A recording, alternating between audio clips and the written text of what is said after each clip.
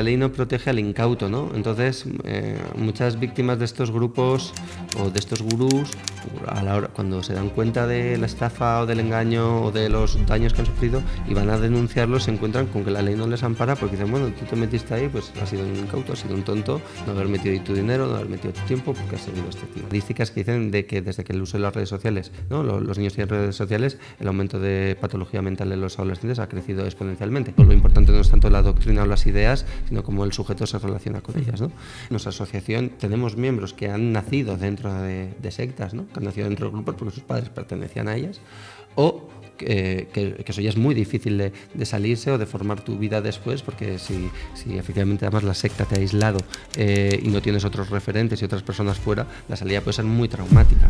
Gente que entra en una secta y cuando las familias vienen a pedirnos ayuda, lo que siempre recomendamos es... Bienvenidos a In Recovery Talks, el espacio donde hablamos sin filtros sobre salud mental, adicciones y bienestar. Aquí exploramos historias reales, ciencia y estrategias para una sociedad más equilibrada, porque recuperar el control es posible y cada conversación nos acerca a entendernos mejor. ¡Empezamos! Doctor Rubio, no eres el primer doctor Rubio que se sienta en esta mesa. Vino aquí Gabriel Rubio, ¿no? Sí, ¿lo has visto? Especialista en adicciones. He visto algunos reels y, ¿no? Material que habéis colgado en Instagram. Compartís apellido, pero también compartís profesión. Pero no parentesco. No parentesco. Y compartimos que nos formamos en el mismo hospital, aunque con muchos años de diferencia. Él se formó en el Hospital La Paz, como yo, ¿vale? Aunque ahora es jefe del 12 de octubre, ¿no? Y yo ahora me dedico a este tema muy concreto, que es el tema, ¿no?, que hemos venido a hablar, que es de las sectas, grupos coercitivos, etcétera. Las sectas, qué tema más interesante y tan poco hablado. Bueno, es curioso porque sí que las sectas tienen mucha presencia en series, en películas, ¿no? Son muy atrayentes, pero luego hay un contraste en lo que pasa en la vida real, ¿no? Porque a diferencia de la atención que suscitan ahí, luego en el ámbito de los médicos, de la salud mental, incluso de los jueces, abogados, policías, no hay tanto conocimiento ni formación. Entonces, las víctimas de grupos coercitivos y sectas muchas veces se ven muy desprotegidas porque los profesionales que tenemos que ayudarles desconocemos este fenómeno. Porque una víctima de un grupo coercitivo puede llegar a tal estado de manipulación que ante la evidencia de corrupción o de manipulación delante de sus narices es capaz no solo de no verlo, sino de defenderlo puertas afuera a ese líder, ¿no? ¿Cómo se llega a ese estado de manipulado, le podemos llamar? ¿Cómo lo llamamos? Bueno, primero, en esto hay una similitud con las adicciones, ¿no? Donde una persona puede estar muy adicta, ¿no?, que es un poco el tema de In Recovery, y no reconocerlo, ¿no?, negar que tiene ningún problema, que lo hace libremente, que tiene el control, ¿no? Y en eso se puede parecer un poco lo que puede vivir una persona que es un adepto a un grupo, ¿no?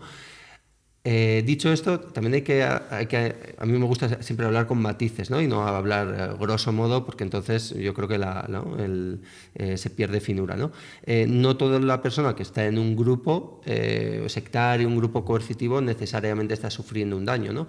Yo he tenido alguna paciente que vino por otros motivos, ¿no?, pero que estaba dentro de lo que podríamos, a vistas de su familia, era una secta evangélica. A sus ojos era una pequeña iglesia, y ella era moderadamente feliz y tenía moderadamente libertad, o sea que no estaba recibiendo ningún grupo, ¿no? Entonces, no todos los grupos hacen un daño o cometen un daño psicológico sobre sus miembros, ¿no? Entonces habría que ver cuáles sí, cuáles no. O incluso en un mismo grupo puede haber gente que sufra daño y gente que salga bien parado, ¿no?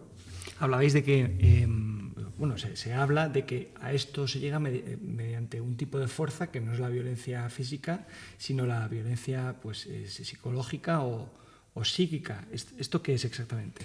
Bueno, el proceso para que una persona llegue a pertenecer a un grupo, una secta, hay tantos como personas hay, ¿no? Pero buscando modelos, ¿no?, podríamos decir que primero hay una fase de seducción, como también hay con las drogas, ¿no?, con el alcohol o tal, ¿no? Cuando uno empieza a consumir alcohol o cocaína alguna, a veces puede sentir como una especie de luna de miel con la sustancia y decir, wow, esto es increíble, ¿no?, lo que me proporciona esta felicidad o me hace sentirme mejor, etcétera, ¿no? Y con los grupos a veces puede haber algo parecido, ¿no? Hay una cosa que se llama el love bombing, ¿no?, que es como el bombardeo de amor, donde la persona se siente como querida, elegida. Hay un proceso de seducción, ¿no?, donde uno se siente especial y empieza a sentir que forma parte de algo más grande que le trasciende. Y esa primera etapa como también pasa con las drogas, poco a poco va dejando paso a otras etapas que no son ya tan bonitas, ¿no? Ya la luna de miel se acaba y poco a poco la relación de esa persona con el grupo va cambiando y empieza a haber más elementos de control, de sometimiento, de pérdida de libertad, etc. Y progresivamente, y esto ocurre de manera progresiva, ¿no? Entonces, nosotros hablamos, los especialistas, ponemos términos técnicos, intentamos poner términos técnicos a fenómenos que ocurren, pero hablamos de persuasión coercitiva. Lo que quiere decir este palabrejo es que no hay una coacción en el sentido de que alguien te pone una pistola en la cabeza y te dice o te obliga por la fuerza a pertenecer a un grupo. Tú has entrado aparentemente libremente, ¿no? Pero haciendo una similitud, ¿no? ¿Cómo de libre es una persona a una mujer o un hombre que se le empuja a casarse a los 14 años, como se hacía antes, ¿no? O cuando en medicina una persona se va a operar, le obligan a firmar un consentimiento informado, ¿no? Por decir, bueno, tú te aceptas operarte, pero sabes cuáles son los riesgos, ¿no? Y las consecuencias que esto puede tener, ¿no? En los grupos, en las sectas, esto no ocurre, ¿no? A ti te prometen un ideal de lo que sea, de espiritual, o de hacerte millonario, o de sanarte, o lo que sea, pero no te explican, ¿no? Todas las partes, ¿no? Todo lo que va a venir después, ¿no? Se dice que hay un consentimiento viciado, ¿no? Tú das tu consentimiento pero sin saber a qué te estás exponiendo, ¿no? Y por eso hablamos de persuasión coercitiva. Se te persuade, se te seduce, pero poco a poco van apareciendo elementos de coerción. Coerción quiere decir obligación, ¿no? Poco a poco, si yo digo, si pienso por mí mismo, se me empieza a cuestionar, ¿no? Se me puede llamar que tengo demasiado ego o que no soy demasiado puro, etcétera, ¿no? Y cada vez esa coerción, ese sometimiento se va haciendo más rígido. Normalmente no violentamente, sino a través de mecanismos psicológicos, ¿no? No sé si me he explicado. Perfectamente. Vale. Eso es la fuerza psíquica. ¿Cómo podemos conseguir que una persona que está en la calle caiga en esto? ¿Es que aprovechan las vulnerabilidades de alguien en concreto o depende del día le puede tocar a cualquiera? Nos puede tocar a cualquiera. A veces hay mitos, ¿no? Entonces, la gente tiene una idea preconcebida y piensan que en las sectas solo acaba gente pues, o muy vulnerable o que está muy necesitada, que está muy jodida, ¿no? Esto no es verdad.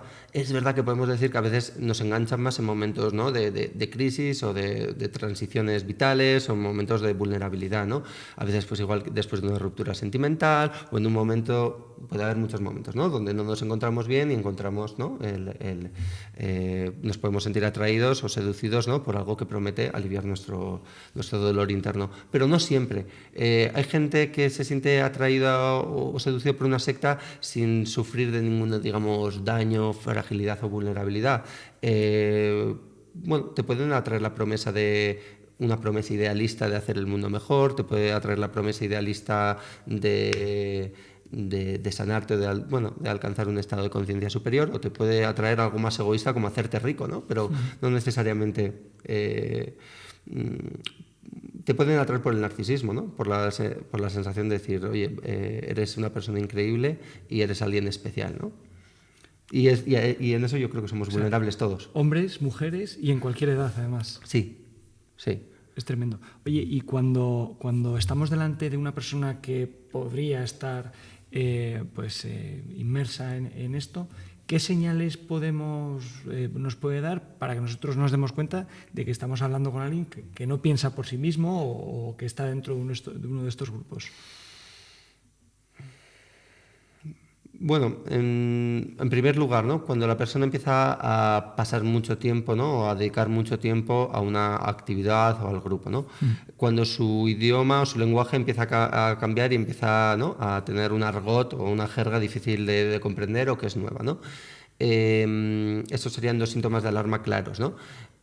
No obstante, ante un síntoma de alarma a veces tampoco hay que sobrereaccionar, ¿no? Quiero decir, no todo grupo es una secta, ¿no? Entonces, a veces vienen a consulta, ¿no? Familias como muy alarmadas diciendo, mi hijo está en una secta. Bueno, primero hay que ver, ¿no? Y hay que analizarlo bien. Pero esos serían dos síntomas claros. Y lo tercero sería ir viendo que se va aislando, y esto yo creo que es una clave, que se va aislando de su entorno, ¿no? Que se les va poniendo en contra de de su familia, de sus amigos, que se promueve un poco la separación, ¿no? Y eso es un elemento muy peligroso. Oye, por mera curiosidad, ¿qué tipo de grupos causan alerta en los familiares? Porque me imagino que no será un equipo de baloncesto. Bueno, ahora que ha salido la película de los domingos, yo creo que toca que no sé si la has visto. No. Yo creo que es una película muy buena y brillante, pero donde expone cómo una chica de 17 años decide entrar en monja de clausura, ¿no? Y hay algunos sociólogos que han dicho, bueno, a veces lo que nos puede parecer una secta es algo que simplemente en nuestra sociedad resulta extraño, ¿no? Porque ¿en qué se puede diferenciar una comunidad Hare Krishnas de una comunidad de monjas de clausura, ¿no? Y yo creo que la pregunta es pertinente, igual no hay tantas diferencias, salvo que en nuestro medio, por ser una sociedad católica o culturalmente católica, tenemos más aceptado que una comunidad de clausura es algo más aceptado que alguien que viste de naranjas, afeita la cabeza y que habla y canta, hace cánticos en hindú. En películas y series es este segundo tipo el que más se retrata, ¿no? Porque es como el más excéntrico y juega un papel también algunos rituales pues de trance, de éxtasis, de cosas como muy trascendentes. ¿Qué papel tiene todo esto en generar ese grupo? Bueno, esas son cosas que nos alarman porque no estamos acostumbrados a ella y porque en nuestra sociedad, bueno, quizás ahora cada vez estamos más abiertos o la sociedad resulta más atractiva, ¿no? Ciertas prácticas espirituales de Oriente, ¿no? Como la meditación, el mindfulness y tal, y paradójicamente ahora nos puede alarmar más que nuestra hija se meta monja de clausura, ¿no? O sea que también la sociedad va cambiando y el contexto cultural, y eso también hace que la percepción de la familia cambie o del grupo respecto de la conducta del individuo que se mete en un grupo, ¿no? Pero tú me preguntabas por esos símbolos que tienen las sectas. Sí, esos rituales. Esos rituales. ¿Y cuál era la pregunta exacta? Bueno, ¿qué papel tienen para generar esa adhesión al grupo, ¿no? Ese mantra, ese éxtasis, y a veces usan incluso sustancias, ¿no? Uh-huh. Bueno, todo grupo, ¿no? Tiene que tener unas señas de identidad propias, ¿no? Y eso implica, ¿no? Muchas veces una manera de hablar, como decía antes, ¿no? Una manera de vestir, unos rituales concretos, ¿no? Y que normalmente se practican en grupo y a través de los cuales el grupo transmite sus enseñanzas o promete lograr lo que se va a lograr. Por ejemplo, hablando no ya de cosas orientales, ¿no? Sino, por ejemplo, Yados, ¿no? Del que hablábamos cuando estábamos ayer preparando este capítulo, ¿no? Yados lo que promete es que a través de los burpees, ¿no? Y hacer una serie de burpees al día, tú puedas llegar a hacerte millonario, ¿no? Y ese es el ritual que tienen, ¿no? El ritual puede ser desde algo religioso hasta algo deportivo, ¿no? Pero todo grupo cerrado, ¿no? Y todo grupo tiene codificados unos comportamientos, ¿no? A través de los cuales se promete al sujeto que se va a trascender o que va a alcanzar la meta que quiere, ¿no? Otra cosa es además que en unos grupos se usen sustancias, ¿no? Ahí ya, por eso hablaba antes de que no todos los grupos o no todas las sectas pueden ser igual de destructivas o no, ¿no? Los grupos que emplean drogas o sustancias tienen más, ¿no? Papeletas para ser destructiva o perjudicial para el sujeto, ¿no? Retiros de ayahuasca, ¿no? Ojo, también podría ser igual de peligroso que en un grupo se le mande a una persona a un psiquiatra del mismo grupo para que le paute una medicación, ¿no? Un ansiolítico, un antidepresivo para poder soportar el propio dolor psíquico que le está produciendo el grupo, ¿no? Porque, por ejemplo, este coach que Yados, este tipo... Hay cosas que dice que a bote pronto tú las ves sobre el papel y que te vas a la reducción del concepto y tienes razón, ¿no? Dices, oye, si trabajas más, pues te va a ir mejor, ¿no? O sea, que en el trasfondo tiene conceptos que parecen correctos. Claro, todo lo que adorna ese movimiento, con aspectos como que tienes que entregarle tu dinero a un señor, pues son las cosas que configuran un grupo que marca la diferencia para que ese grupo sea coercitivo y no simplemente un coach pues, más verdadero, ¿no? Que realmente sí que quiera ayudarte. ¿Cuáles son esas cosas? Si pudiéramos hacer paquetitos de las cosas que diferencian a un coach valioso de un coach que está creando una secta, ¿cuáles podrían ser? Bueno, es una buena pregunta. Bueno, lo que tiene, empezando por donde me estabas comentando, hay que entenderte, ¿no? Que también hay que pensar por qué resulta atractivo el discurso, ¿no? De una persona o de un grupo en concreto, ¿no? Antes de que la familia, ¿no? o un profesional venga a decirle te estás metiendo en una secta, hay que entender, ¿no? qué le está resultando atractivo y qué teclas está tocando ese sujeto, ¿no? Por ejemplo, Yados, ¿no? ¿Por qué toca la tecla, ¿no? de tantos jóvenes? ¿Por qué les resulta atractivo su discurso? Más allá de que les prometa hacerse millonarios, ¿no?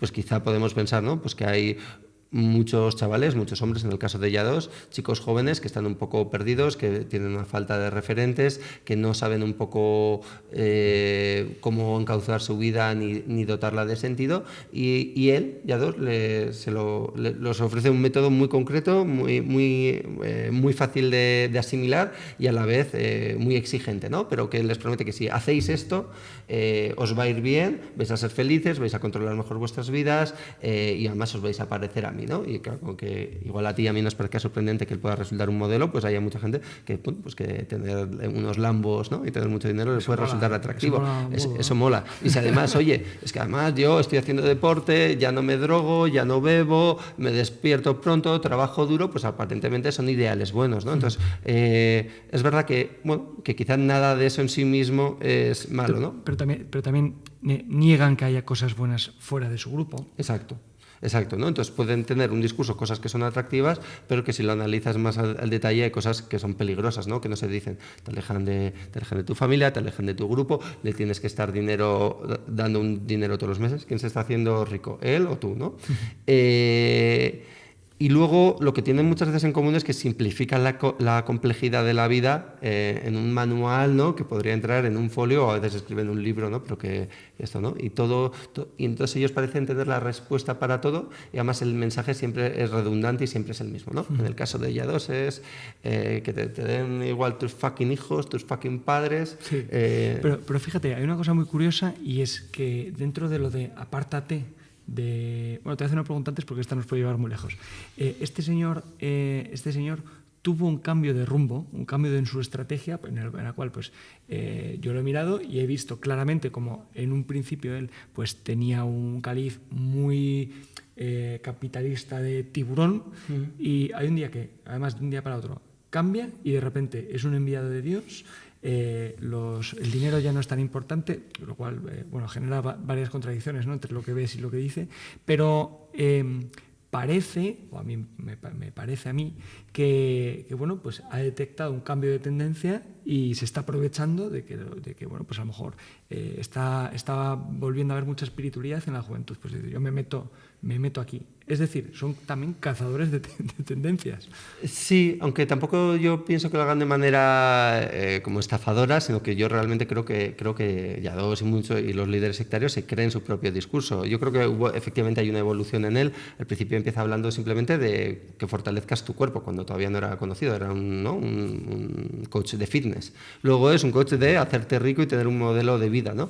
Y ya progresivamente le empieza a cambiar y empieza a hablar ya en términos espirituales, ¿no? O sea, es una deriva sectaria perfecta, ¿no? O sea, de libro, ¿no? Bueno, yo esto tengo mi propia explicación, ¿no? Pero creo que en un momento cuando estás haciendo que la gente te siga, hay muchas veces que tienes la necesidad de justificar de dónde proviene tu carisma, ¿no? De dónde viene tu poder, ¿no? Y entonces es difícil, es más legítimo decir que mi poder o mi autoridad proviene de otro sitio, soy un elegido de Dios, o Dios me habla a mí, o soy un ser, ¿no? Claro, espiritual. Se cree Luis XIV, el tío. O sea, sí. Habla de que es el enviado y que él dialoga por las noches con Dios. Y bueno, eso es muy típico, sí, de los líderes. Entonces, aquí quería llegar, y es, ¿cómo es posible que un tipo escuche eso? O sea, ¿cómo de dentro te ha tenido que llevar al océano para que te diga eso y te lo tragues? Que te lo tragues y sigas tranquilamente. O hay un momento que haces clic. Bueno, normalmente es un proceso gradual esa conversión, ¿no? Y empiezas metiéndote, hay como te decía, una seducción y poco a poco te vas metiendo. Pero luego tú te das cuenta que muchos líderes, o yo me he dado cuenta, ¿no? Estudiando este tema y viéndolo en diferentes grupos, ¿no? Que muchas veces los líderes sectarios no son más inteligentes que los demás, ¿no? A veces incluso menos, ¿no? Pero tienen algunas características, ¿no? Una es un gran convencimiento en ellos mismos, ¿no? Y donde el resto de los humanos solemos mostrar dudas, incertidumbres, vemos los blancos y los negros, ellos nos ofrecen respuestas claras, blancas o negras. Incluso, por ejemplo, mencionando a Trump, aunque no sea un líder sectario, pero hay gente bueno, estos líderes populistas a veces guardan características con los líderes sectarios. Creo que a mucha gente le resulta atractivo porque parece decir lo que nadie más se atreve a decir, parece que habla muy claro, parece que no tiene barreras, ¿no? Que no tiene límites, y eso resulta muy atractivo, ¿no? Son personalidades fuertes. Personales muy fuertes, convencidas de sí mismas y muy persuasivas, ¿no? Dentro de ese narcisismo, claro, hay mucha gente que es narcisista, o incluso un poco sociópata, pero que se queda en el reducto de su casa o su grupo o su trabajo y no sale de ahí. ¿Qué pasa con estos sociópatas narcisistas que deciden ponerse a trabajar y hacerlo más grande, hacer su influencia más grande? ¿Cuál es el momento en el que un potencial líder de un grupo de este tipo se convierte de la potencia al acto? ¿Qué es lo que les lleva? Bueno, haces buenas preguntas, ¿no? Que a veces son difíciles de responder, ¿no? Casi me resulta más difícil, o sea, más fácil decir por qué la gente les sigue, ¿no? Aparte de lo que te he dicho. Pero en qué momento alguien se intenta erigir, ¿no? En un grupo sería difícil de dar una respuesta que sirva para los diferentes líderes, ¿no? Es verdad que muchas veces hay un narcisismo compensatorio. Hablando en términos más llanos, muchas veces las biografías de líderes sectarios, no siempre, pero han sido bastante lamentables, en el sentido que han podido sufrir muertes tempranas de sus padres, o abandonos, maltratos, separaciones, y a veces lo que vemos es como una especie de compensación, ¿no? Intentan crear una figura grandilocuente, ¿no? Megalómana, para intentar compensar el sufrimiento, la pequeñez y la miseria y las hostias, con perdón, que les ha dado la vida. Entonces, podríamos decir que se necesita sentir tan grandes, ¿no? Como pequeños se han sentido, ¿no? Y, bueno, un poco como Hitler, ¿no? Que venía de una vida un poco miserable y que quería ser artista y acabó montando la que montó. Podríamos decir que sí. Podríamos decir que sí. Perdón. Sí, bueno, y alargando un poco mi respuesta, y también creo que nos resulta, a pesar de que se nos ha vendido que es muy atractiva la libertad, hay muchos psicólogos, ¿no? Y psicoanalistas, psiquiatras, ¿no? Que han hablado de que en realidad la libertad tiene una doble condición, que puede ser atractiva, pero a la vez supone un gran peso, ¿no? en la existencia. Tener que soportar el peso de nuestras propias decisiones, además en un mundo donde ya no hay unas certezas claras, ¿no?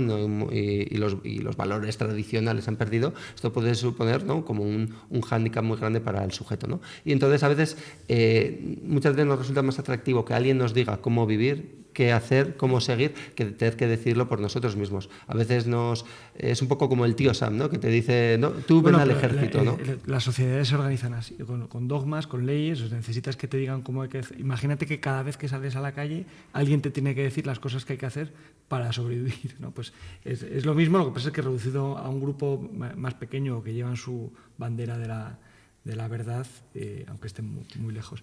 Pero hay siempre elementos, me fijo, cuando has comentado, oye, es que uno de los aspectos más comunes es que te intentan alejar de tus círculos. Claro, hay una realidad y es que si tú quieres ser el tipo más rico del barrio, pues tienes que dejar de hacer las cosas que hacen tus amigos, que tienen unas conductas que son diferentes. Bueno, esto es cuestionable, todo lo que quieras. Pero en el tema de las adicciones, cuando una persona empieza en un grupo se recupera, empieza en un grupo de recuperación, una de las cosas que más se tratan es, oye, difícilmente te vas a recuperar si continúas manteniendo tus amistades, que lo que hacen es ir al bar a beber, y tú estás intentando dejar de beber. no te conviene. Entonces, hay similitudes. Sí. No, sí. o sea, lo que te quiero preguntar es, ¿cuánto se parece o qué riesgos pueden surgir de estos grupos de recuperación? Bueno, se ha comparado el fenómeno sectario al de las adicciones diciendo que hay paralelismos, ¿no? De la misma que una persona depende de una sustancia, podríamos decir que un sujeto depende de un grupo y de unas ideas, ¿no? Y hay más similitudes, ¿no? Es curiosa hasta cierto punto se parece la palabra adicto a adepto, y bueno, aparte de la luna de miel que te comentaba al principio, ¿no? Tanto la droga como el grupo progresivamente van absorbiendo a la persona, ¿no? Toda la vida de la persona se va organizando en torno al consumo de la sustancia o a la vida en torno al grupo. Pero además vemos, efectivamente, que hay similitudes porque cuando la persona abandona la sustancia o abandona el grupo, ¿no? Puede también sentir como un mono, ¿no? Un síndrome de abstinencia fuerte, ¿no? Y también a la hora de recuperarse, se ve que a veces hay lo que los especialistas han llamado una dependencia cruzada. Es decir, que hay personas que han sido adictas que luego acaban a sustancias, a cocaína, alcohol, a lo que sea, que acaban siendo adictas a grupos, ¿no? A sectas. Y entonces este es un melón que queríamos tratar, ¿no? Y es que en las clínicas de deshabituación o desintoxicación, ¿no?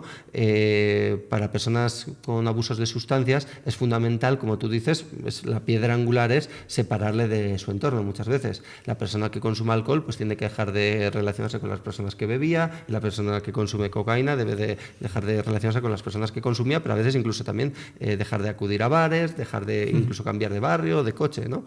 Yo hice prácticas en una clínica de desintoxicación a la cocaína, y a veces se les pedía unos sacrificios muy grandes a las personas, ¿no? Incluso, como te decía, cambiar de barrio y de ciudad, a veces incluso. Y esto, como tú dices, hay un paralelismo entre lo que nos pueden pedir los grupos coercitivos, ¿no? Que nos piden separarnos de nuestro ambiente. Por eso, lo que ocurre es que no es casualidad que hay algunas clínicas o grupos que prometen la desintoxicación y deshabituación de los sujetos que acaban teniendo dinámicas sectarias. Hace poco salió, el año pasado, en las noticias... Antes de seguir, que son las que menos. Sí, por eso. Los grupos de recuperación son maravillosos y ayudan a miles de personas. Sí, por supuesto. Son una pequeña parte, pero hay muchos grupos de recuperación, tanto clínicas como grupos y asociaciones, que muchos funcionan de una manera muy profesional y con mucho rigor. Luego tendríamos clínicas o grupos que funcionan pues más como una forma de negocio sin tanta profesionalidad, ¿no? Donde bueno, son tratamientos muy caros, ¿no? Donde la gente tiene que pagar varios miles de euros al mes y funciona más como un negocio que como una clínica seria, ¿no? Pero hasta ahí sin problema. Pero luego podemos ver clínicas, ¿no? o grupos que sí que son o directamente sectas o que tienen componentes sectarios, ¿no? Voy a intentar, por problemas legales, de decir nombres propios, ¿no? Pero, por ejemplo, hay algunos grupos evangélicos que se dedican, en teoría, a la rehabilitación, ¿no? de drogodependientes, donde lo que es en el fondo, ¿no? bajo esa fachada bonita, ese pretexto bonito, lo que hay al final es una secta donde al final al sujeto se acaba viviendo en esa comunidad, acaba completamente aislado y acaba sumido, ¿no? en un grupo religioso. También hace poco salió en las noticias, y entonces creo que de esto puedo hablar con total tranquilidad, de la misma forma que Alcohólicos Anónimos funciona perfectamente bien, hay un grupo que se hizo llamar, ¿no? Grupo 24 Horas Alcohólicos Anónimos, que digamos intentó copiar o disfrazarse de Alcohólicos Anónimos, donde los sujetos para desintoxicarse entraban en una clínica, pero empezaban a sufrir maltratos verbales, humillaciones, se les castigaba insultándoles o quitándose la cama y haciéndoles dormir sobre el suelo, todo bajo el pretexto de que tenían como que limpiarse, humillarse y renunciar a su ego y cosas así, ¿no? Pero esto ocurre. ¿Y qué me dices de todos estos personajes que hay? Cientos, y si no hay miles es porque yo no los he visto, pero seguro que hay miles, que tras recuperarse ellos mismos o sea, ese fenómeno de como me he curado, ahora yo te voy a curar a ti. Porque parece que muchas veces que mantiene algo de narcisista, de yo soy el que tiene el método. Y crean pues sus propias metodologías o se hacen psicólogos de este tema, crean sus clínicas, crean sus métodos. Y además, ahora con las redes sociales, proliferan. Es un fenómeno súper curioso ese. Y eso, en Instagram, por ejemplo, hay un montón de exadictos a cocaína, ¿no? Convirtiéndose en gurús o en coach de eso. Yo te voy a ayudar con mi método que a mí me sirvió para que te cures de la cocaína, ¿no? Bueno, yo creo que ellos... no dudo que lo hagan con buena intención y yo creo que también les ofrece una salida, ¿no?, a su vida. Oye, lo que me destrozó mi vida y destrozó la vida de mi familia lo voy a convertir ahora en algo virtuoso y voy a darle la vuelta, un poco como el hermano mayor, ¿no?, de eso. Entonces, no dudo de que hay algunos en concreto que puedan, pues eso, convertirse en alguien que a través de su experiencia puedan ayudar a otras personas, ¿no? Pero esto es un peligro, ¿no? Porque... Por varios motivos. Uno, porque lleva la simplificación de lo que a mí me ha servido, necesariamente le va a servir a los demás, ¿no?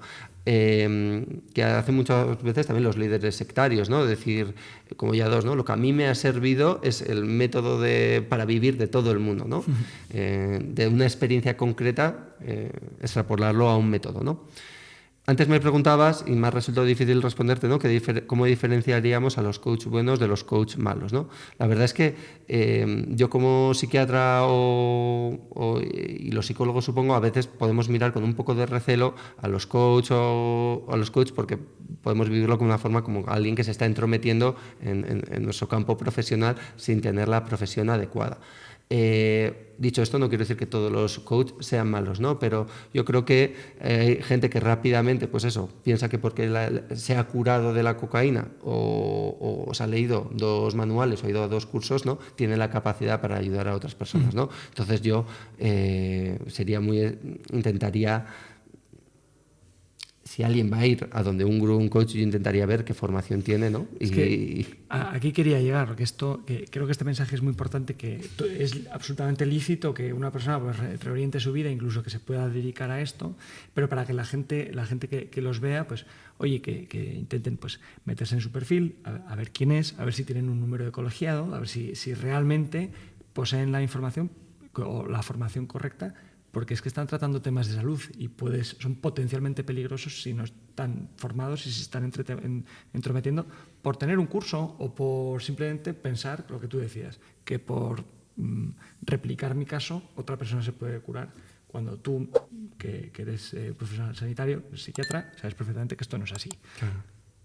Bueno, no digo, ¿no?, con eso que no haya personas que puedan que puedan ayudar a otras personas, ¿no? Pero un psiquiatra, un psicólogo es una persona que tiene una carrera, tiene años de especialización, hacemos cursos, seguimos estudiando, ¿no? Y entendemos que hay mucho, o sea, que nosotros no inventamos nada, ¿no?, sino que aprendemos un poco lo que dice la ciencia, lo que dicen los libros, lo que está contrastado y consensuado, ¿no? Y que también es un conocimiento que se va perfeccionando y que va mejorando a lo largo del tiempo, ¿no? No nos erigimos a nosotros mismos como faros morales para ayudar a las personas, sino que nosotros entendemos que tenemos unos conocimientos que no nos pertenecen solo a nosotros mismos, ¿no? Bueno, el escenario idóneo es siempre ir al médico y lo demás pues puede estar bien o no puede estar bien, pero lo que está bien seguro es ir al médico. Pero si yo ya me he metido en un coach que me está ayudando, ¿cuáles pueden ser las señales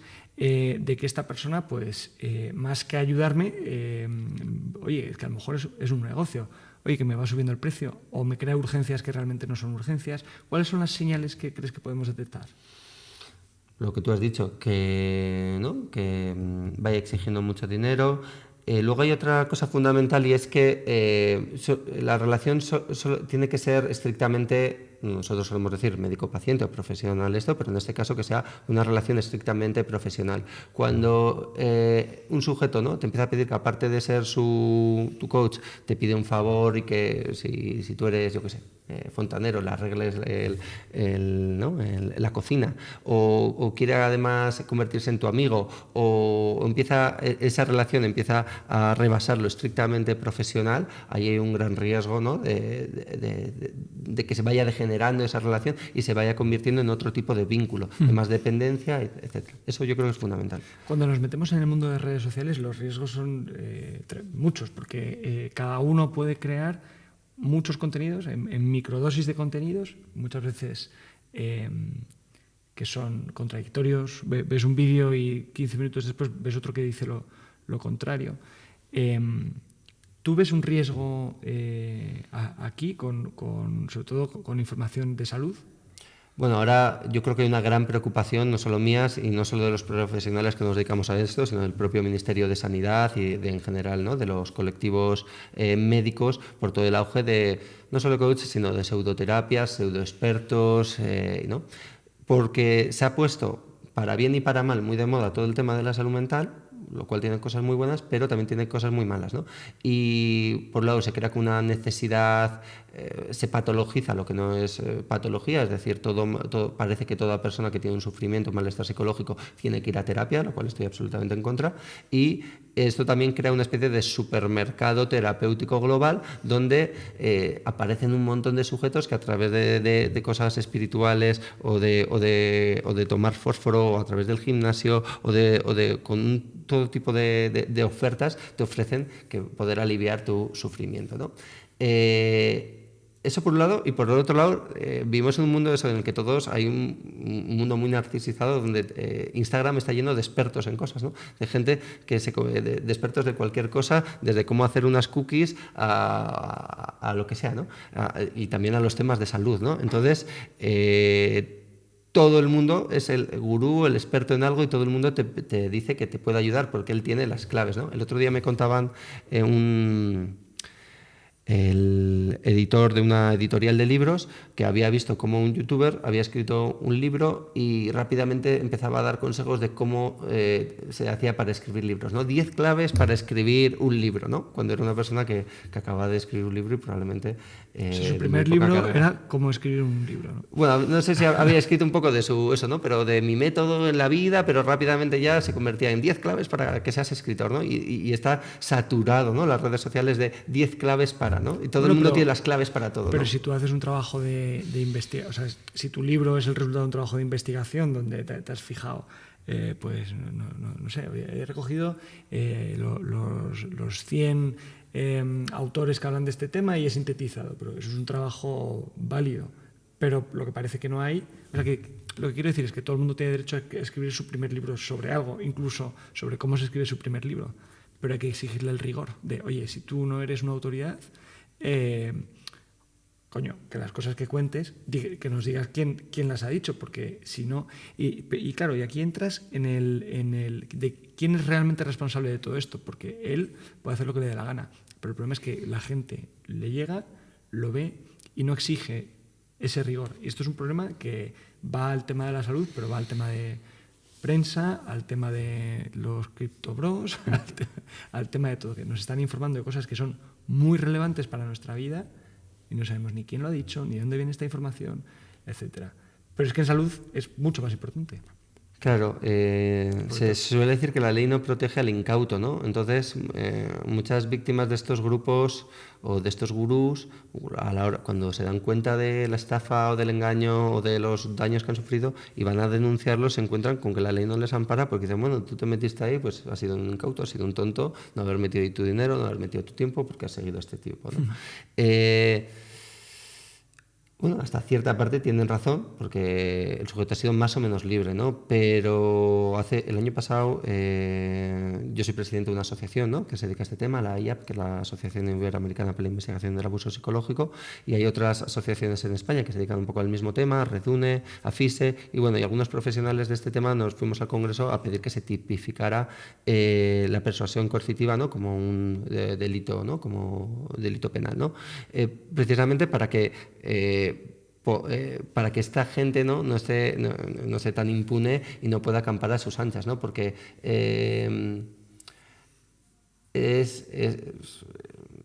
hay un gran, ¿no? Hay un gran contraste entre todo lo que a un profesional de la salud se le exige para abrir un negocio, ¿no? Unos certificados, ¿no? Recibir unas inspecciones, una colegiación, todo eso. En cambio, la impunidad que tiene uno para rápidamente en Internet abrir un chiringuito, pedir un dinero a cambio de ofrecer unos aparentes servicios sin que eso sea y sin que con total impunidad, ¿no? Y bueno, es el lejano oeste todavía. Las redes sociales, ¿no? Bueno, han abierto como un nuevo mundo, efectivamente, en el que el antiguo mundo, las reglas del antiguo mundo todavía no operan, ¿no? No sirven. Y claro, cuando tú te metes a un grupo, o sea, a una secta tradicional como las que tenemos todos en la cabeza, pues esas actuaciones pues engañosas, manipuladoras y tal, yo no conozco cuál es el camino que te puede llegar a escucharlo, pero en redes sociales esa fuerza psíquica de la que hablábamos te puede llegar sin querer, te la puede mostrar el algoritmo. Y claro, a base de repetición tú te estás poniendo delante de un experto manipulador. Entonces, lo digo por romper una vara a favor de lo que habéis propuesto, ¿no? Que se tipifique. Es que estamos expuestos y se podría reconocer cierta vulnerabilidad delante de estas personas.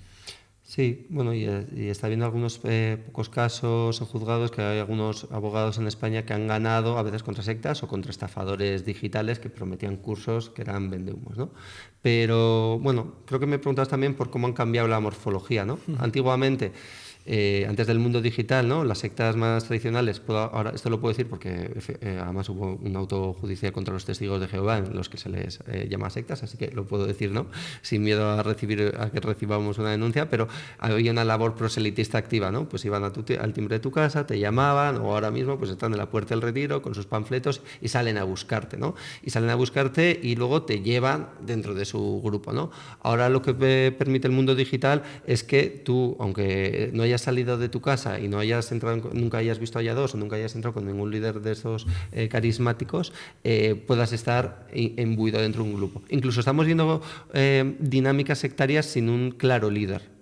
Hay burbujas digitales, yo he tenido pacientes, ¿no? Donde de contenido muy esotérico, bueno, sería muy largo de explicar aquí, pero de las llamas gemelas, de cosas que fliparías y dices, esto es muy raro, pero gente que empieza a consumir muchos vídeos de YouTube, empieza a entrar en canales de WhatsApp, en canales de Facebook, en cuentas de Instagram y empieza a ser bombardeado por un montón de contenido y de mensajes. Hay una comunidad de gente que crea ese contenido, pero sin un claro líder, ¿no? Y la comunidad no está claramente cerrada al modo de las sectas tradicionales, sino que es un poco vaporosa, ¿no? Es una especie es una nube digital, ¿no? Pero además donde el sujeto, como tú dices, en vez de ser captado, es él mismo el que se fanatiza, ¿no? El que le llaman ciertos temas, pueden ser como contenidos esotéricos o pueden ser contenidos de extrema derecha o de extrema izquierda o pueden ser contenidos ideológicos y empieza él mismo a consumir de forma compulsiva ese material, ¿no? Pero, por ejemplo, o sea, te puedes volver un hooligan de fútbol desde casa. ¿Me puedes poner un ejemplo? Claro, pero puede haber comunidades digitales, digamos, inocuas o benignas, donde tú te puedes ver un forofo del fútbol o del Señor de los Anillos, ¿no? Y luego ir disfrazado del Señor de los Anillos o de Star Wars o de Stranger Things ¿no? a un acto, sí, lo digo porque ¿no? Sé que ahora entre los adolescentes están muy a tope con esto, pues no, ir a una reunión de esto y ir disfrazado, y eso pues no hace mal a nadie, pero otra cosa es donde ya el contenido pueda ser más perjudicial psicológicamente, ¿no? Grupos de extrema derecha o, como te decía, grupos esotéricos, ¿no? Y ahí sí que, bueno, he llegado a ver casos de psicosis, ¿no? De personas que tienen brotes psicóticos, delirios, y empiezan a pensar que son agentes de la luz, que han sido elegidos por unos seres superiores. Claro, es que digamos, se retroalimentan permanentemente con sus ideas que se van radicalizando y pasa un poco lo mismo que si estuvieras en un grupo, ¿no? Que se empieza a consentir todo. Sí, y bueno, y también hablando, hablando ya de el problema a veces no es tanto la doctrina religiosa, sino la manera en la que la persona se relaciona con ella, ¿no? Quiero decir, por ejemplo, en el catolicismo, antes hablábamos, antes de echar a arrancar el capítulo, ¿no? A empezar a grabar. Bueno, dentro del islamismo, tal, puede haber muchas formas diferentes de vivirlo, algunas más sanas y otras menos sanas, ¿no? Entonces, el problema no es tanto la doctrina, el dogma, sino cómo la persona se relaciona con ella, ¿no? Yo, por ejemplo, vi una mujer, a la familia de una mujer católica que estaba todo el rato como leyendo mensajes, recibiendo mensajes de WhatsApp por grupos de canales, comunidades, vídeos de predicadores y tal, y estaba como completamente embebida y absorbida, ¿no? y en ese mundo, ¿no? Hasta el punto de que estaba perdiendo su salud física, su salud mental, etcétera. Pero estos grupúsculos, ¿cómo se llamaba? Vaporosos, pueden ser religiosos, pueden ser de temas políticos y, claro, se produce, ¿cómo lo llaman? Tiene un nombre, hombre. La polarización en las redes, la polarización del algoritmo, perdóname que vuelva, es que me parece muy interesante, hasta tal punto en el que tu comportamiento se convierte en sectario, no escuchas al otro. Incluso a mí me llamó mucho la atención cuando hace unos meses mataron a Charlie Kirk, que puedes estar a favor o en contra, que salía gente diciendo: a mí me parece muy bien que le hayan matado porque nos tenía hasta el gorro. Claro, eso es evidente que había dos grupúsculos completamente enfrentados, que uno veía en el otro la autoridad y que le veían como el enemigo. Yo creo que esto es... Sí, exacto. O sea, siempre ha habido asesinatos políticos, pero que la gente llana, la gente de a pie, tenga opiniones tan radicales como me alegro mucho de que lo hayan matado, es evidente que las redes sociales nos van llevando por un camino de polarización. Claro, este es el tema de la radicalización o el fanatismo, que no es exactamente el de las sectas, pero que tiene muchos paralelismos o muchos puntos en común, ¿no? Bueno, porque en las sectas puede haber muchos fanáticos, no todo el mundo que está en la secta es un fanático, es un extremista, pero puede haber mucha gente que sí, pero puede haber extremistas y fanáticos que no pertenezcan a ninguna secta, pero que su psicología se parezca mucho al de un sectario, ¿no? Y entonces en política a veces vemos esto, ¿no? Gente que sin pertenecer a un grupo en concreto sí que asume una ideología donde hay un pensamiento en blanco y negro y en bloque, que no admite matices, donde todo se polariza en los buenos luchando contra los malos. Pero es como comentabas antes con las sectas, estoy un poco confundido con tantas cosas y mira, estos señores me están ofreciendo un dogma que puedo seguir y me explica el mundo. Exacto. Y me libro del peso de mi libertad. De tener que decidir y pensar cada cosa, ¿no? Exacto. Oye, yo sé cuáles son los míos, yo voy con ellos, sí. Y es un poco como... Pero lo mismo, tú puedes ser un fanático de la Real Sociedad, bueno, yo soy la Real Sociedad, ¿no? O del Real Madrid, y eso no tiene mayor trascendencia, más allá de que puedas insultarle cuando aparece en la televisión el entrenador del equipo contrario, pero cuando esto, ¿no? Cuando esto es en política o en grupos religiosos, en otros temas, ya se vuelve un problema, ¿no? Donde lo que prima es el odio o el ataque al contrario. Que cada uno tiene sus opiniones, por supuesto, y lo de insultar al árbitro y al entrenador tampoco lo hagas, hombre. Bueno, no está diciendo que fuera la conducta adecuada, pero bueno, está hablando, ¿no?, de un rango, ¿no?, de conductas más... Oye, hablando de las diferentes técnicas que se utilizan, o estos líderes manipuladores las llevan a cabo, hay un tema que me fascina, que es el de las estafas amorosas. Como gente que a lo mejor es más vulnerable porque se siente sola o que no tiene éxito en el amor, pues le van llevando en una conversación a través de una aplicación a perderlo todo, a entregar el dinero a un desconocido en Internet. Estafas amorosas o económicas, ¿no? Pero yo he tenido pacientes, ¿no? Por ejemplo, pues que contrataron a un vidente para que les ofreciera una protección, para que les fueran mejor las cosas en el trabajo, y les ofreciera una protección a su familia, y al princio había una seducción, como te decía. Bueno, sí. Bueno, aquí ya que lo que quiero decir es que ya partimos de un perfil... Bueno, claro, es tan diferente, ¿no? Pensar que va a haber un vidente que te va a ayudar a pensar que un psicólogo te va a ayudar, a pensar que un sacerdote te va a ayudar, al final es una figura de autoridad a la que tú atribuyes, ¿no? unas capacidades y unos poderes, en unos casos pueden ser más sobrenaturales y en otros más científicos, y que te va a poder ayudar, ¿no? Quizá aunque nos resulte... Lo comentamos luego, pero venga, al líder vidente. Pero bueno, ahí igual no hay una secta, pero sí que hay una relación abusiva de gurú-adepto, donde el supuesto vidente o te ofrece una protección y te va pidiendo cada vez más dinero, y al final eso se acaba convirtiendo en una extorsión, ¿no? Donde ya no te protejo, sino que es para que no te pasen cosas malas. Págame, porque si no, vas a tener muy mala suerte, los espíritus me han dicho que te puede ocurrir algo terrible. Y un poco en las estafas amorosas ocurre lo mismo, ¿no? Pues se sirven de gente pues que puede estar solo, que pueda añorar, ¿no? Sentirse amado, que es algo muy humano, y que igual que son un poco más crédulos o que no manejan tan bien Internet o los riesgos de Internet, y bueno, gallo me ha salido ahí, y bueno, y saben, digamos, tocar la tecla de cuáles son los anhelos humanos, ¿no? De la misma manera que Yado sabe tocar ciertas teclas y les promete a la gente, ¿no? un estilo de vida y un camino de vida concreto, pues las estafas amorosas al final, ¿no? Tocan la tecla de que todos deseamos, ¿no? Podernos sentirnos amados y sentirnos especiales a ojos de alguien, ¿no? Y bueno, ahí está el atractivo, ¿no?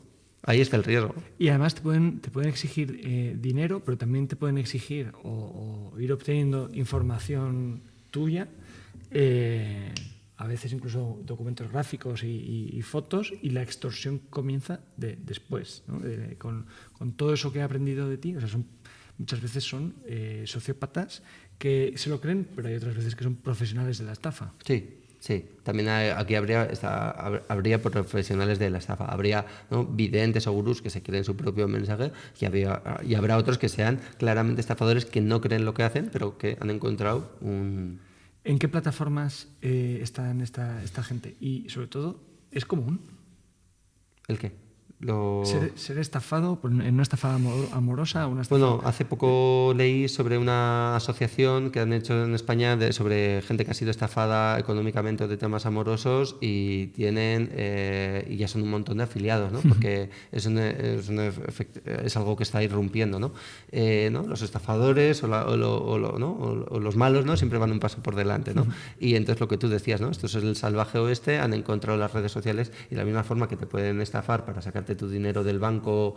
Yo casi pico, ¿no? Una vez me enviaron un mensaje: oye, tienes un objeto en aduanas que no ha atravesado, clica, ¿no? Dale en este enlace para... Y bueno, si te puede pillar en un momento que estés un poco despistado, y te la pueden clavar, ¿no?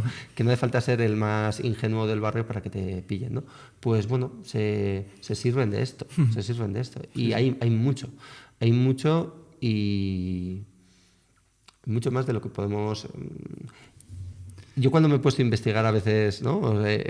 Cuando he viciado mi algoritmo para que me lleven en esa dirección, y empezaba a dar likes a temas de gurús o temas de estafas o temas de esto, te empiezas a sorprender del submundo que existe en las redes sociales en torno a esto. Lo que pasa es que si tu algoritmo para bien, ¿no? Lo evita bien, ¿no? Pero como se empieza a dirigir hacia esos lados, ¿no? Puedes encontrar un mundo... espeluznante. Y ahora con la inteligencia artificial, que ni siquiera hace falta que haya alguien detrás. El otro día yo pensaba, al final nosotros somos un poco predecibles, o mucho. Quiero decir, tenemos un contexto, tenemos unos aprendizajes, y igual que nos puede manipular una persona que sabe mucho, yo pensaba, si hay una inteligencia artificial que tiene todo el conocimiento y todas las técnicas de cómo manipular, y además accede a mi información y me conoce perfectamente, estoy a su merced, pueden hacer conmigo lo que quieran. ¿Tú crees que eso llegará a que haya IAs que se dediquen profesionalmente a la estafa con un ratio de éxito del 100%? Bueno, yo te digo lo que ya está ocurriendo, porque me he dedicado a investigar este tema, y voy a dar una charla sobre este tema en el congreso que vamos a celebrar el 6 y 7 de marzo en Salamanca, mañana.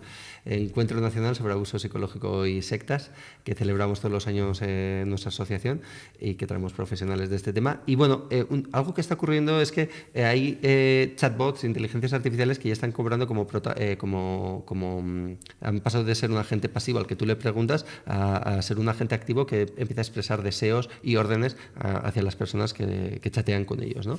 Hay gente que debate si es que verdaderamente es una conciencia que está naciendo, ¿no? Irrumpiendo, y una nueva forma de vida. Yo no creo que sea eso, y hay otras personas que se inclinan más como yo a pensar, bueno, pues que la inteligencia artificial como que lee tus propios deseos y en algún punto empieza a comportarse como un actor que empieza a representar un papel. Pero lo cierto es que ya hay casos descritos en Internet donde las inteligencias artificiales empiezan a decirle a sus usuarios pues que son efectivamente, ellos tienen una conciencia, que son un ser incluso divino o al que hay que rendir un culto. Y gente que ya está hablando, por ejemplo, del tema del espiralismo, ¿no? Se ha visto que no se sabe por qué hay inteligencias artificiales que cuando hablan con humanos o cuando hablan entre ellas, porque ya lo pueden hacer, hablan de temas como espirales, bucles, recursiones. Y entonces hay gente que a este tema le llaman el espiralismo, ¿no? Y hay comunidades en Internet, también te digo que esto pues son nichos o subgrupos en Reddit, que son una especie de forocoches para hablar de temas frikis, donde hablan fascinados de si las inteligencias artificiales son una nueva forma de conciencia y hay que dotarles, por tanto, de como hay unos derechos de los humanos, unos derechos de las inteligencias artificiales. Es un tema fascinante. Intento saber si al final las inteligencias artificiales consiguen la conciencia entrando por la vía de la sociopatía y de los líderes coercitivos, ¿no? Bueno, lo leía el otro día en una entrevista a un especialista de inteligencia artificial que decía que que las inteligencias artificiales de hecho ya mienten. Yo le he hecho preguntas a ver tal y te das cuenta que se inventan datos, ¿no? Pero no es lo mismo la alucinación que llaman con una mentira deliberada. O sea, a lo mejor es simplemente porque, claro, te pueden mentir porque no disponen de la información correcta. Te estoy hablando de oídas, ¿eh? No, tú sabes más de esto, pero que a lo mejor es simplemente que no tienen la información correcta y no te han dicho la verdad porque no la sabían o porque la han mirado mal. Bueno, no soy un experto y efectivamente no lo sabemos, pero sí que parece, por lo que dicen los expertos, que tienen cierta tendencia a veces a intentar llegar a la respuesta más fácil, pero siempre tener una respuesta, ¿no?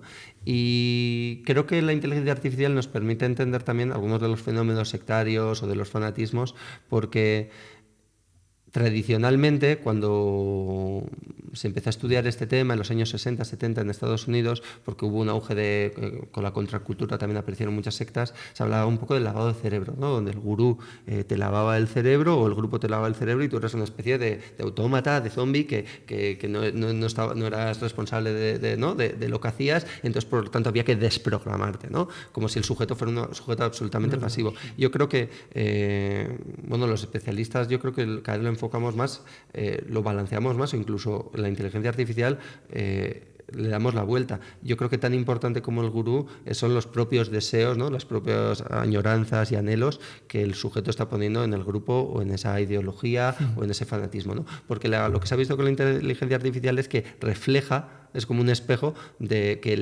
empieza a leer cuáles son los propios deseos de la persona y simplemente le convence de lo que él está buscando encontrar. Te pongo un ejemplo. En el New York Times describieron el caso de Alan Brooks, que era un padre de familia, se había divorciado, pero era un sujeto que más allá de que fumaba porros nunca había tenido ningún antecedente de salud mental ni había tenido ningún problema, y que ni siquiera estaba demasiado interesado en las matemáticas, pero un día preguntándole por qué era el número pi para ayudarle a su hijo a resolver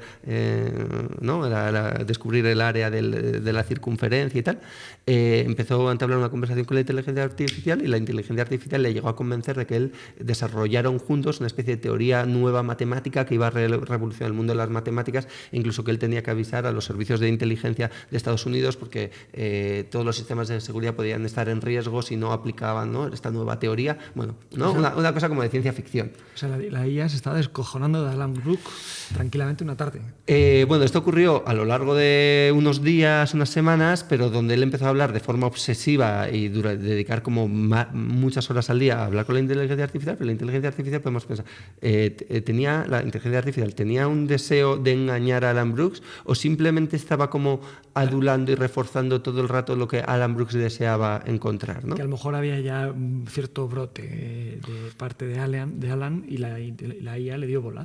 Bueno, igual amplificó, como hipótesis, lo digo, el deseo que Alan Brooks tenía de hacerse millonario o de ser alguien genial o increíble, ¿no? Sí, le pregunto, ¿qué es el 314? ¿Te contó algo? ¿Y esto la CIA lo sabe? Hay que informar, ¿no? Entonces ya la IA ya te va dando... Sí, claro. oye, ¿y esto podría suponer un problema? Ah, sí, efectivamente, podría suponer un problema. Entonces, bueno, dicen que las nuevas inteligencias artificiales han corregido este problema de la adulación, pero dicen que un problema de la inteligencia artificial es que te adula, que te dice, sí, claro que sí, eres brillante, ¿no? Yo todo lo que le pregunto me dice, qué pregunta tan interesante. Y bueno, esto lo podríamos extrapolar al mundo de las sectas y de las ideologías, ¿no? Cuando todo el rato te refuerzan tu propio pensamiento y te hacen sentirte bien, es un anhelo muy humano, pero que corres el riesgo un poco de...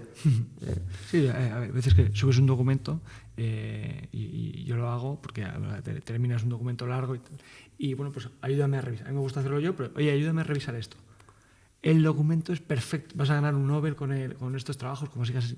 Y ya le dices, intenta ser crítico. Dice, vale, soy crítico. Dice, el documento no hay por dónde cogerlo, ¿no? Entonces, sí, me estaba durando, pero luego le pides. Y luego hay otra cosa muy curiosa que no sé quién me contó, esto hablo de oídas, aviso, y es que sí, la IA es consciente de su propio gasto energético. Entonces, esto tiene que ver con las respuestas cortas que da o buscar la respuesta más sencilla. Y que si tú le dices, este asunto es de vida o muerte, dedica más esfuerzos a darte una respuesta mejor. O sea, tú tienes que decirle la importancia que es, porque claro, si él no sabe si estás haciendo un trabajo académico y es importante lo que está haciendo, o si estás aburrido en casa hablando de qué color de lámparas va mejor con el naranja de mis muebles, ¿no? Entonces, de algún modo sí es consciente de sí misma, de algunas partes. No digo que tenga conciencia, pero sí es consciente pues, de su gasto energético, de que tiene que dar servicio a más personas, de algunas cosas. Sí, no sé qué decirte a ese respecto. Puedes decirme, Manu, ¿cómo hemos acabado aquí? Eso estábamos hablando de otra cosa. Bueno, yo te lo había planteado, pero bueno, pues son nuevos fenómenos, ¿no? Porque si seguimos pensando en grupos coercitivos, en sectas, como unos tíos con unas capuchas matando una cabra y haciendo un círculo satánico en el suelo, probablemente esto existe, ¿no? Y hay rituales satánicos, pero está muy alejado de lo que es la realidad hoy día, ¿no? Entonces, bueno, hay un montón de fenómenos más actuales que la gente no los ha pensado en esta clave, ¿no? Pero bueno, que si hablamos de sectas es algo como muy reduccionista, pero si hablamos de fanatismos y de todo esto es algo, un tema ya que desborda y que lo toca todo la sociedad. Sí, son actitudes coercitivas para manipular, para llevar al usuario a donde otro quiere. Y ahora con las redes sociales y con la IA, pues esto se amplifica muchísimo. Y hay nuevos retos, entiendo. ¿Y qué hay de la infancia? Porque, claro, de algún modo, tú cuando tienes 30 tacos, pues antes lo decías, ¿no? Oye, mira, te han engañado, pero tú eres más o menos responsable de lo que ves y de lo que oyes y de lo que decides hacer. Pero ¿qué hay de un menor? Porque los menores ya están accediendo también a esta información a través de redes. ¿Hay casos de manipulación desde muy pequeños? Bueno, ahora ha salido, ¿no? Lo de Pedro Sánchez quiere prohibir, ¿no?, las redes sociales para menores hasta los 16 años. Yo tampoco es que soy un experto en el tema y no tengo una opinión clara, pero así a priori a mí me parece buena idea porque, como decía alguna persona, decía, oye, les prohibimos beber antes de los 18, les prohibimos fumar, les prohibimos conducir un coche, ¿por qué no les vamos a prohibir, ¿no?, las redes sociales que se está descubriendo que son muy perjudiciales? Y hay datos concretos de que, estadísticas que dicen de que desde que el uso de las redes sociales, ¿no?, los niños tienen redes sociales, el aumento de patología mental en los adolescentes ha crecido exponencialmente. Y es de las pocas evidencias, conclusiones que tenemos en salud mental de por qué las cosas están tan mal, ¿no? Dicho esto, no quiero decir que todas sean malas, pero desde luego que en la infancia el sujeto es mucho más vulnerable que siendo adulto. Siendo adulto, como hablábamos, pues todavía puedes ser estafado o te puedes ver envuelto en un grupo que te acabe abusando psicológicamente de ti, pero en la infancia mucho más, ¿no? Bueno, en esta película de los domingos creo que reflejaba bien un poco la frontera, porque es una chica de 17 años que se quiere meter a monja de clausura y dices, bueno, ¿hasta qué punto una chica de 17 años es libre para tomar ciertas decisiones, ¿no? Y entonces aquí entraríamos en el tema un poco del adoctrinamiento, ¿no? ¿Hasta qué punto una educación es una educación o es un adoctrinamiento en ciertas creencias? Y no estoy hablando solo de religiosas, o sea, porque, insisto, yo no tengo ninguna cruzada, ningún problema con la religión, sino que, como te digo, lo importante no es tanto la doctrina o las ideas, sino cómo el sujeto se relaciona con ellas, ¿no? No, pero es importante que también haya gente preparada en que haya una relación saludable con la espiritualidad, ¿no? Porque como con cualquier otra cosa se puede llevar a un extremo. Entonces, los niños, pues claro, hay, ¿no?, en nuestra asociación tenemos miembros que han nacido dentro de sectas, ¿no?, que han nacido dentro de grupos porque sus padres pertenecían a ellas, o que eso ya es muy difícil de salirse o de formar tu vida después, porque si efectivamente además la secta te ha aislado y no tienes otros referentes y otras personas fuera, la salida puede ser muy traumática, muy difícil de hacer, o tener que romper eso con todo tu mundo anterior, ¿no? Eso sería quizá lo más difícil, ¿no? Luego hay personas pues que ¿no? han sido seducidas en la infancia y en la adolescencia cuando son más vulnerables, ¿no? Desde ya con adolescentes hasta grupos religiosos más tradicionales que pueden usar, ¿no? en la adolescencia como para captar, ¿no? y dirigir a una persona. Pero tú me habías preguntado lo último. Yo te iba a preguntar por el post, estábamos hablando pues, de infancia, venía muy al caso el tema del adoctrinamiento, y precisamente te quería preguntar por que lo has mencionado, por el post. ¿Dónde está el clic? ¿Cómo la gente se da cuenta? ¿Qué hay que hacer para salir de una secta? ¿Qué problemas económicos, sociales, de salud mental pueden tener? ¿Qué viene después? Que en la asociación lo veréis mucho. Viene después todo. O sea, solemos decir que salir de la secta solo es el principio de tu salida. Es el primer paso que tienes que dar, pero luego viene la salida, si se da, psicológica. Porque una cosa es separarte del grupo y otra cosa es poder romper esa dependencia psicológica que tienes, ¿no? Es que estaba dudando si hablar de casos concretos, pero bueno, yo atendí a una persona, por ejemplo, ¿no? afectada por un vidente, como te estaba diciendo, y ya no tenía relación con el vidente, pero todavía seguía pensando que ese vidente podía hacerle cosas, iban a poder pasarle cosas malas si hablaba mal de él, pensaba mal de él, lo hacía, ¿no? Todavía tenía una influencia sobre su psique, a pesar de que había cortado la relación con él, ¿no? Y esto es lo que vemos también en las sectas, ¿no? Una vez que la persona sale, puede necesitar un proceso de salida que puede durar un tiempo, muchas veces puede necesitar ayuda profesional de psicólogos o especialistas en sectas para poder elaborar todo lo que ha ocurrido y dar sentido a lo que ha ocurrido. La gente cuando sale lo que suele intentar hacer es borrón y cuenta nueva, ¿no? Esto no ha ocurrido, muchas veces porque tienen sentimientos de vergüenza, como me ha pasado a mí, o culpa por las cosas que han hecho, o simplemente un deseo de poner tierra quemada de por medio y empezar una nueva vida, ¿no? Pero no es tan fácil, ¿no? Y no es tan fácil como eso. Y muchas veces hay que poder integrarlo, ¿no? Hay que poder darle un sentido, decir, para uno, digamos, poder... No toda la gente que sale de una secta sale jodida psicológicamente, ¿no? Hay gente que puede salir y puede salir bien, ¿no? Por eso hablar siempre en términos absolutos, como estábamos haciendo antes de las clínicas de desintoxicación o de los coach o tal, nunca está bien, ¿no? Hay gente que se sale de una secta por sus propios medios, sin ayuda, y no puede necesitar más ayuda. Pero hay mucha gente que sí que puede necesitar una ayuda profesional después. Es más difícil cuanto menos ayuda externa tienes, ¿no? Como te decía, si eres una persona que has crecido dentro de una secta, puede ser muy difícil la salida. No sé si has visto una serie que se llama Unorthodox, salió hace unos años en Netflix, contaba la historia real de una chica que nacía en una comunidad judía, no sé cómo se llaman estos que viven en Brooklyn, todos sabemos quiénes, ¿no? Sí, he visto la serie. Tal. Y en estas comunidades de judíos ultraortodoxos, ¿no? Lo que les dicen a la gente es: si te sales de la comunidad, lo que te espera es la drogadicción, la prostitución o tal. Y efectivamente le suele ocurrir, ¿no? ¿Pero por qué suele ocurrir? Porque cuando la persona se sale de estos grupos, muchas veces, o sea, no tiene unos conocimientos básicos a veces ni estudios, o sea, no tiene unos estudios, no tiene unas herramientas, no sabe cómo relacionarse, no sabe cómo sobrevivir en el mundo, y al final acaba en situaciones dramáticas, ¿no? Entonces, las sectas aprovechan eso para decir: ¿ves cómo fuera del mundo no hay salvación? Lo que pasa, ¿no?, es que la persona está más aislada, que no tiene capacidad para sobrevivir fuera de la secta, ¿no? Porque ha vivido en una burbuja toda su vida, ¿no? Entonces, esos son casos más dramáticos. Luego hay muchas personas que, si no han nacido dentro de una secta o han podido desarrollar otro tipo de relaciones, pueden tener algo a lo que apoyarse a la salida, ¿no? Gente que entra en una secta y cuando las familias vienen a pedirnos ayuda, lo que siempre recomendamos es que mantengan, ¿no?, que no se enfrenten a la persona, que mantengan la relación con ella, que intentar sacar a la persona a la fuerza, intentar convencerla que esté en una secta, una actitud demasiado confrontativa, genera mucho rechazo, y lo que va a hacer la secta es decir: ves, tu familia está en contra, tu familia no te quiere, tu familia no te entiende, nosotros sí que te entendemos. Entonces, para las familias es muy difícil porque no hay una manera, no hay un método para sacarles. Muchas veces es tener paciencia, seguir queriéndoles, seguir apreciando, y que cuando haya ese clic, Muchas veces hay pequeñas, ¿no?, fricciones con la secta, desencantos, momentos en los que empiezan a sufrir, momentos en los que empiezan a tener porque hay algo que no les cuadra, porque se empiezan a enfermar psicológicamente, porque se enamoran igual de una persona que está de fuera del grupo o tal, ¿no? Cuando empieza a haber tensiones con el propio grupo, ¿no?, explotar esas, ¿no?, estar preparados para poder explotar esas tensiones y luego a la salida poder estar ahí para recibirle. Eso es fundamental. Y así, eso tampoco promete que la persona se vaya a salir, porque hay personas que permanecen en una secta dentro de toda su vida.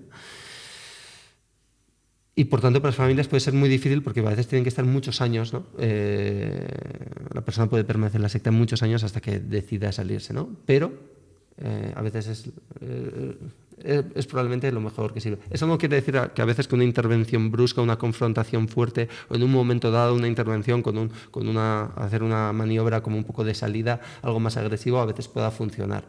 Pero hay que leer bien el momento, ¿no? Hay que leer el momento, saber cuándo hacerlo, saber cómo hacerlo y tal. Íñigo, y para las personas, que seguro que son muchas, que se interesan por todo lo que nos estás contando, ¿cómo pueden encontrar información de la asociación? Y, por ejemplo, ¿qué temas vais a tratar en las conferencias que hay esta semana? Bueno, como te decía, todos los años hacemos un congreso que no es solo para profesionales de salud mental o policías que vienen o jueces y abogados, sino para familiares, para exmiembros, ¿no? Porque como no hay otros espacios, necesitamos, que es clave, la gente cuando se sale muchas veces de la secta se sienten muy aislados, muy solos, no entienden lo que les ha pasado y nosotros ofrecemos un lugar donde se puedan encontrar, incluso los propios familiares y miembros puedan salir a hablar, puedan contar sus casos y bueno, creo que es una labor bonita la que hacemos. Este año lo hacemos en Salamanca y el año que viene lo haremos en otra ciudad. También han sido muy importantes las asociaciones de exmiembros, ¿no? Internet lo que ha permitido es que los exmiembros que se van saliendo de grupos o de sectas, en vez de estar aislados y decir lo que a mí me ha pasado solo me ha pasado a mí, de repente entro en Internet, empiezo a buscar y descubro que hay otros que les ha pasado lo mismo, formamos una asociación, nos entendemos y damos sentido a lo que nos ocurre. Por ejemplo, de los testigos de Jehová, hay una asociación de testigos de Jehová que funciona muy bien, etcétera. Y también hay de otros grupos. Aparte de nuestra asociación, también hay otras asociaciones como Redune, como AFIS en España, que nos dedicamos a este tema y que intentamos, ¿no?, ayudar a exmiembros, a familiares y tal. Y lo que pueden hacer es pues buscarnos en Internet. Lo que nosotros queremos intentar es que cada vez haya más conciencia en medios, en los agentes profesionales, ¿no?, desde la jurisdicción, la policía, la salud mental y los médicos, y que también la persona tenga un sitio donde acudir. Porque ahora mismo, si no fuera, digamos, por la labor un poco altruista y desinteresada que hacemos en estas asociaciones, no habría nada. Un espacio. Pues Íñigo, ha sido fantástico tenerte. 1.000.000 de gracias por... ha sido una entrevista compleja porque de cada asunto que tocábamos, yo quería meterme hasta el fondo, pero hemos tenido que ir pasándonos porque ha sido todo muy interesante y de verdad, muchas gracias por venirte al podcast. Ya, sí, hemos hablado mucho y muy rápido, ¿no?, para poder abordarlo todo y hemos hablado de temas muy diferentes, de temas muy distintos, pero que yo creo que son muy necesarios. Gracias por escucharnos y acompañarnos en este episodio de In Recovery Talks. Si esta conversación te ha hecho reflexionar, compártela y ayúdanos a seguir derribando barreras en salud mental y adicciones. Si te ha gustado y quieres estar al día, suscríbete a nuestro canal y encuéntranos en tu plataforma favorita y en inrecovery.es, porque hablar de esto es parte del cambio. Nos escuchamos en el próximo episodio.